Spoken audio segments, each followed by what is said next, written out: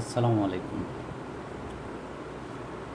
আমরা চতুর্থ শ্রেণীর পৃষ্ঠা নাম্বার 37-এর 4 নাম্বার একটি সৃজনশীল অঙ্কের সমাধান করব। এখানে দেখেন, প্রশ্নটা হচ্ছে মা ও মেয়ের বর্তমান বয়সের যোগফল 98 বছর। 8 বছর পূর্বে মেয়ের বয়স ছিল 25 বছর। তাহলে প্রশ্ন হচ্ছে 1 নাম্বার, মেয়ের বর্তমান বয়স কত? 2 নাম্বার প্রশ্ন হচ্ছে মায়ের বর্তমান বয়স কত? 3 নাম্বার প্রশ্ন হচ্ছে 10 বছর পর মায়ের বয়স কত হবে? আচ্ছা, দেখেন আমরা সমাধানটা কিভাবে করি।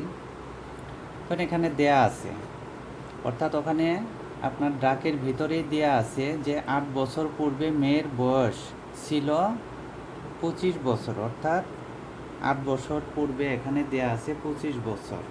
আচ্ছা, যদি 8 বছর পূর্বে মেয়ের বয়স 25 বছর থাকে, তাহলে বর্তমান বয়স কত? তাহলে অতএব বর্তমানে মেয়ের বয়স আমরা 25-এর সাথে 8 যোগ করে দেব। 25 যোগ 8 সমান সমান 33 বছর।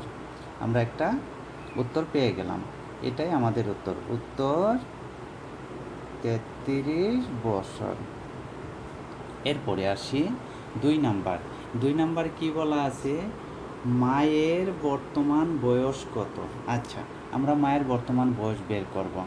আচ্ছা, অঙ্কের ডাকে দেয়া আছে বর্তমানে মা ও মেয়ের বয়সের যোগফল 98 বছর। দুইজনের বয়সের সমষ্টি কত আছে? 98 বছর। আর বর্তমানে মেয়ের বয়স, আমরা বর্তমানে মেয়ের বয়স বের করলাম সমান সমান 33 বছর। আচ্ছা, অতএব এখন মায়ের বয়স কত হবে? অতএব মায়ের বর্তমান বয়স 98 বিয়োগ 33 বছর। আমরা যদি 98 থেকে 33-কে বাদ দিই, তাহলে আমাদের 65 বছর থাকে, অর্থাৎ বর্তমানে মায়ের বয়স 65 বছর। উত্তর 65 বছর।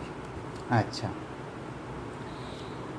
এখন তৃতীয় প্রশ্ন হচ্ছে 10 বছর পর মায়ের বয়স কত হবে? তাহলে আমরা 3 নাম্বার সমাধান করি। 3 নাম্বার অঙ্কের বর্তমানে মায়ের বয়স সমান সমান 65 বছর।